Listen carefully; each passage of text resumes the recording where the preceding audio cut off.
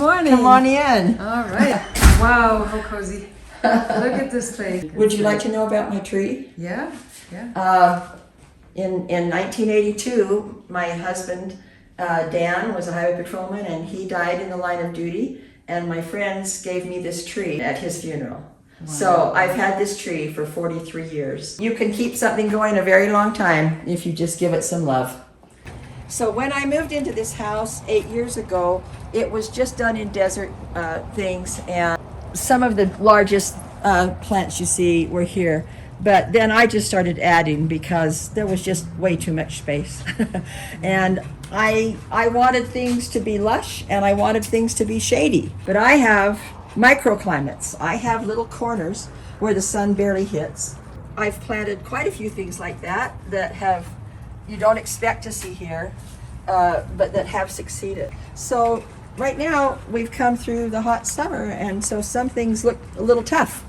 It's time I can come out here now and I can take off the blooms, and then I'll get a beautiful rebloom within just a few weeks. Yeah, and I grow good weeds. I love planting some annuals, and these are the ones I plant. I plant zinnias, and I plant ipomea, which is sweet potato vine, in several. Here's this variegated one. Here's the bright yellow-green one. And I plant vinca. And then I've tried other things as well, but those three are the rock and rollers who can take all the heat. I mean, look at this vine. Look how long it grows. Mm-hmm. It's just gone mad. Except for the annuals and maybe the roses and a few things, I really prefer to not fertilize because it's better if they can just, settle in where they are. And okay, this is the interesting thing about the irrigation, that I really learned that hard lesson last year. I was overwatering.